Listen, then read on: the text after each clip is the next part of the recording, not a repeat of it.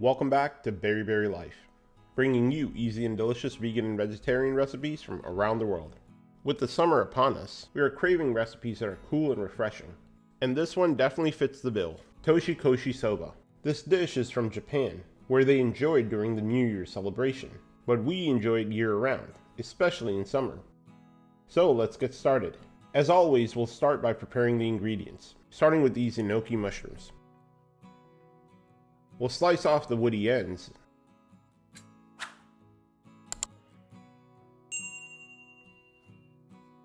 and place them in a strainer to rinse and dry off. Next, we'll slice this long hot red pepper. We'll slice it at a diagonal for ease of handling and a nice bite. We try to incorporate vibrant colors into our dishes as much as possible. After all, we eat with our eyes first. We buy these peppers in bulk, and they can spoil easily. We wash these, dry them out, and store them in a ventilated container in the refrigerator. You'll find the link to the ventilated containers in our Amazon storefront, or leave us a comment and we can send you the link. Next, we'll slice some garlic. Here we have 4 to 5 cloves, and we'll slice them thinly. We'll use these for the spinach and the enoki mushrooms. You can also mince the garlic. We just prefer the slices because it looks nicer. Next, a couple of green onions. We only need the green parts. What philosophical question did the green onion have? To be or not to be? Sautéed.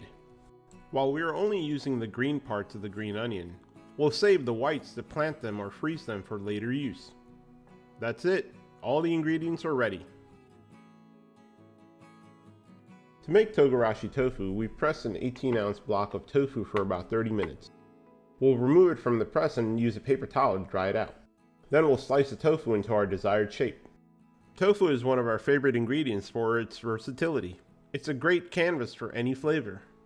And it doesn't hurt that it's good for you. Check out the link above for more great tofu recipes. Today we're going for these large triangles.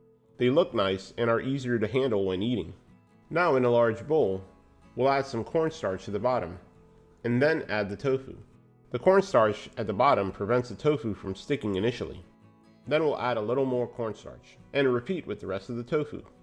If you enjoy recipes like these, be sure to check out our newly launched website at berrylife.com, where we post all of our recipes and recipe videos in one central location. For our seasonings, we'll use salt and freshly ground black pepper, and sashimi togarashi. Togarashi is a Japanese spice blend made with dried chilies, pepper powder, orange peel, sesame seeds, and more. We love to add it to our bowls of ramen and sprinkle it on dumplings. I've even tried it on pizza. It's great. Now we'll give the tofu a shake and ensure all the pieces are coated with the dry ingredients. Then add a couple of tablespoons of water. This will create a light batter. And using a silicone spatula, gently turn until all the pieces are evenly coated. Next, we'll transfer the tofu to a foil-lined air fryer tray and spray it with cooking oil. We'll space the tofu apart so they can cook evenly.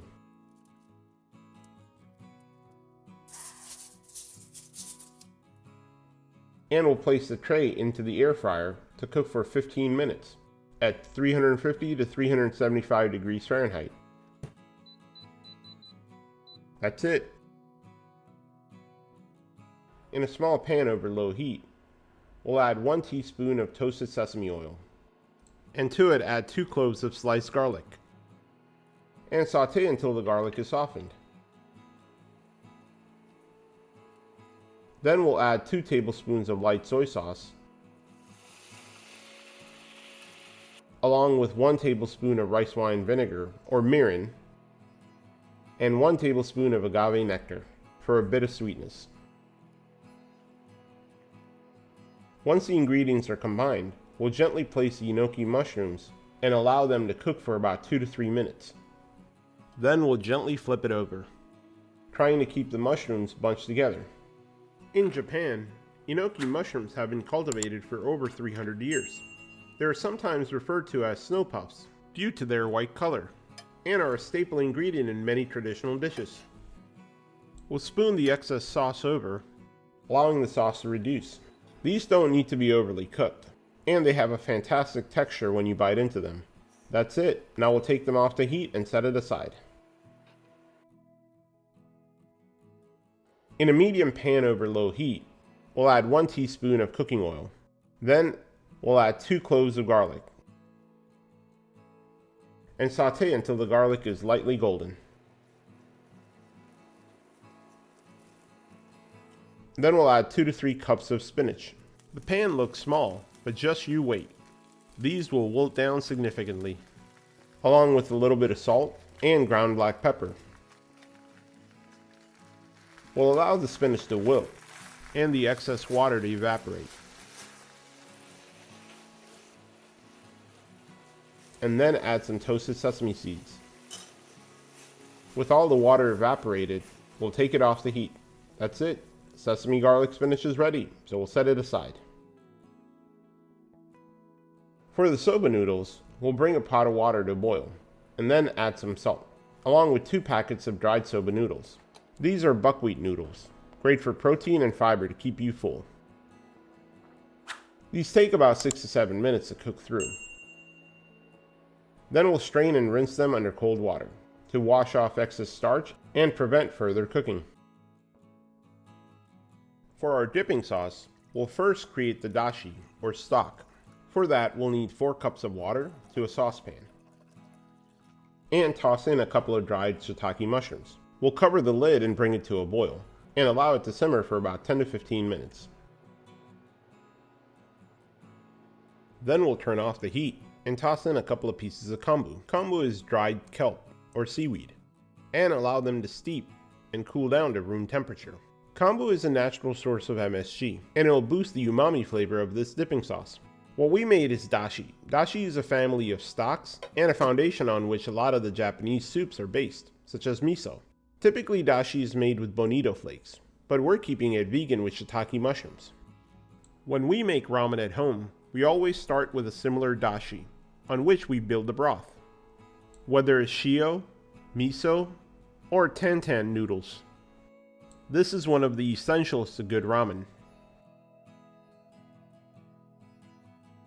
Once the dashi is at room temperature, we'll add 2 tablespoons of light soy sauce,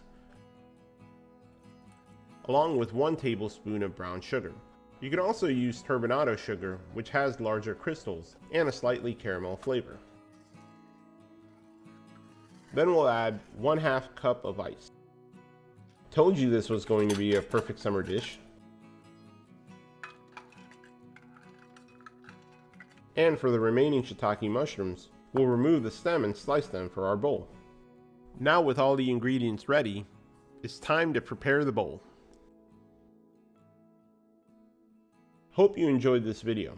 If you did, be sure to like the video by hitting the thumbs up button, and share the video with your friends and family to spread the love. Also, let us know in the comments below your favorite summer recipe. We'd love to hear from you.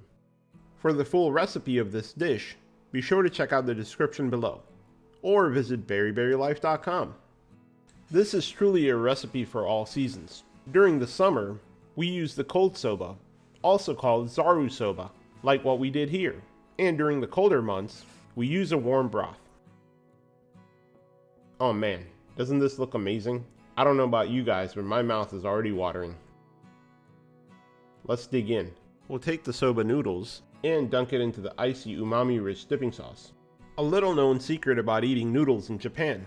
Slurping your noodles is not rude. It's actually considered a compliment to the chef. The tofu is crispy, and the heat from the togarashi really comes across. These mushrooms are bursting with flavor, and they kind of pop when you bite into them. There you have it, Toshikoshi soba noodles. A taste of Japan in the comfort of your own kitchen. Thank you for watching. Enjoy!